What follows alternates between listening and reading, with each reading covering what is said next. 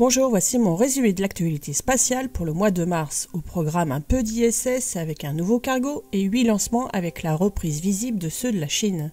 Une actualité qui n'a pas été trop impactée par le Covid-19 en début de mois, mais au fil des semaines, vous le verrez, ça a beaucoup bougé. 5, 4, 3, 2, 1, top.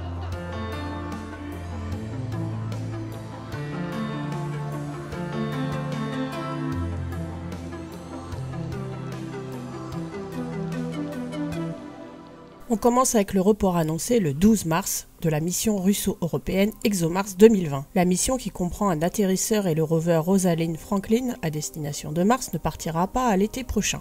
Les raisons sont multiples, les essais des parachutes pour la rentrée atmosphérique ne sont pas terminés et des validations du logiciel de vol pour l'atterrissage sont encore en cours. De plus, le Covid-19 empêche le déplacement des différents experts, notamment chez Thales Alenia Space à Turin, où est effectué l'assemblage final d'ExoMars. Rendez-vous donc en 2022. Après la Chine en février, c'est à mi-mars que l'impact du Covid-19 a commencé à se faire sentir sur les activités spatiales. L'Agence spatiale européenne a notamment annoncé que la plupart de son personnel était en télétravail à partir du 16 mars. Les opérations critiques sont toutefois assurées, comme le suivi des opérations à bord du module Columbus de l'ISS, le suivi en vol des satellites de navigation Galileo ou des missions scientifiques comme celle autour de Mars par exemple. Le 16 mars, c'est Arianespace qui a annoncé la suspension des campagnes de lancement en Guyane. Le 25 mars, Rocket Lab annonçait le report du lancement prévu le 30 mars de sa fusée Electron en raison du confinement décrété en Nouvelle-Zélande. Le lancement Falcon 9 prévu le 30 mars a aussi été retardé car les équipes du satellite argentin SAOCOM 1B ne seront pas disponibles pour sa mise à poste. Des mesures sanitaires ont également été prises sur le cosmodrome de Baïkonour courant mars, mais le prochain équipage pour l'ISS devrait partir nominalement le 9 avril. De son côté, la NASA a placé plus de la moitié de ses établissements au stade 4. Seules les activités critiques sont également effectuées sur site, comme les opérations de l'ISS. Les activités sur le James Webb Telescope sont notamment suspendues. Une bonne nouvelle pour finir ce chapitre, aucun retard n'est annoncé pour l'instant pour la mission Mars 2020 de la NASA. D'ailleurs, le 5 mars, la NASA a annoncé le nom retenu pour le rover. Ce sera Perseverance. Ce nom a été choisi à l'issue d'un concours effectué auprès d'élèves américains. Plus d'infos dans l'article, dans le blog dont le lien est dans la description. La mission est classée dans les priorités de l'agence américaine et devrait donc s'envoler comme prévu mi-juillet. Côté ISS, l'équipage a reçu un nouveau cargo le 9 mars. Le cargo Dragon CRS-20 avait décollé le 7 mars à bord d'une Falcon 9. Le booster du premier étage de la Falcon 9 a réussi son atterrissage retour en Landing Zone 1 à Cap Canaveral. C'était sa deuxième réutilisation.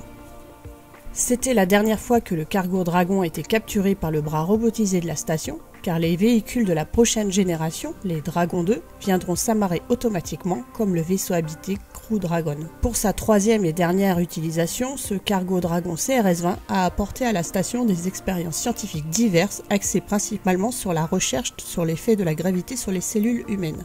Le cargo a également amené une plateforme scientifique européenne développée par Airbus Space. Bartholoméo, d'après le nom du frère cadet de Christophe Colomb, a été extraite de la partie non pressurisée du cargo Dragon le 25 mars par le bras robotique Canadarm2. Bartholoméo permet d'héberger jusqu'à 12 charges utiles externes de 4 à 450 kg, les alimenter en électricité et assurer la transmission des données vers la Terre à terme par liaison optique jusqu'à 2 téraoctets par jour. Ces charges utiles pourront avoir des missions d'observation de la Terre, de recherche environnementale et de climatologie, de sciences des matériaux, d'astrophysique ou de tests de nouvelles technologies dans l'espace. Chaque charge utile sera acheminée par cargo. La connexion finale de Bartholoméo devra être effectuée lors d'une sortie spatiale dans quelques semaines ou mois. Et on passe au lancement avec un nouveau format.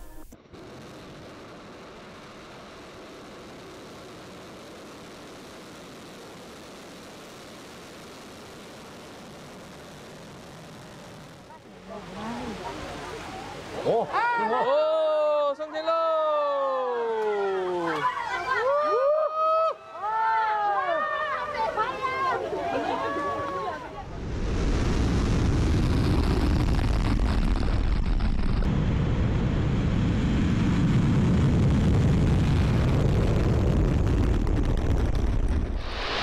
Ignition. Liftoff.